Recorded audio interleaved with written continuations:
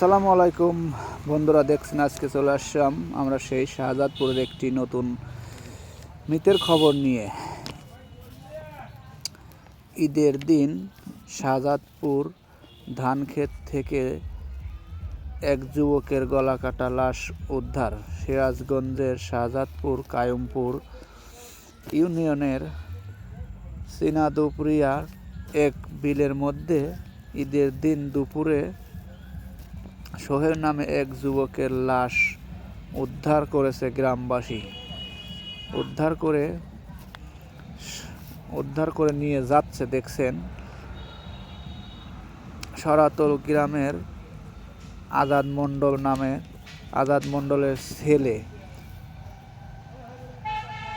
লোকজনের মুখে শোনা যাচ্ছে, সোহেলের বন্ধু 20 মার্চ সন্ধ্যার পরে তাকে বাড়ি থেকে ডেকে নিয়ে যায়।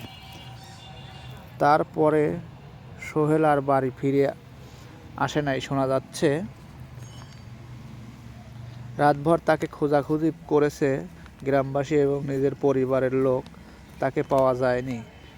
ঈদের দিন সকালে মরুটিয়া ও সরাতল পশ্চিমপাড়ায় মাঝামাঝি ধানের ক্ষেতে একটি লাশের খবর পাওয়া যায়।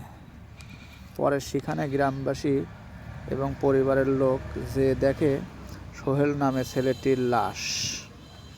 তারপরে তাকে নিয়ে এসে সিরাজগঞ্জ শাহজাদপুর থানা পুলিশের কাছে সুপর্দ করে।